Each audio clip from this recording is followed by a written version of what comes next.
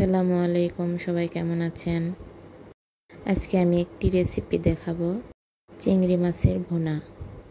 তাই আমি গ্যাসের চুলায় প্রথমে একটি প্যান গরম করতে দিয়েছি, সেখানে সামান্য তেল দিলাম।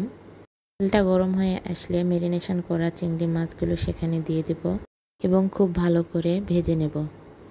এই মাছটা আমার হাজব্যান্ডের অনেক প্রিয়, তাই মাঝের মধ্যে এরকম রান্না করতে হয় আমাকে। এদিকে বাইরে প্রচুর বৃষ্টি হচ্ছে, ছেলেকে নিয়ে ঘরবন্দি হয়ে আছি। বৃষ্টির কারণে বাইরে কোথাও যেতেও পারছি না। এদিকে আমার মাছ ভাজা হয়ে গেছে, এটা আমি একটা বাটিতে উঠাই নিলাম। উঠাই নিয়ে একই তেলে পেঁয়াজ কুচি দিয়ে একটু ভাজা ভাজা করে নিয়ে সেখানে মশলা অ্যাড করলাম। লবণ, হলুদ, শুকনো মরিচ, বাটা মশলা দিয়ে একটু নেড়ে চেড়ে পানি দিয়ে দিলাম। পানি দিয়ে একটু ভালো করে কষিয়ে নেব।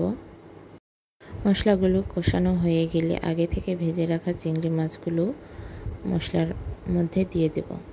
দিয়ে সামান্য নেড়ে চেড়ে উপরে তেল ছাড়িয়ে আসলেই ভুনাটা রেডি হয়ে যাবে।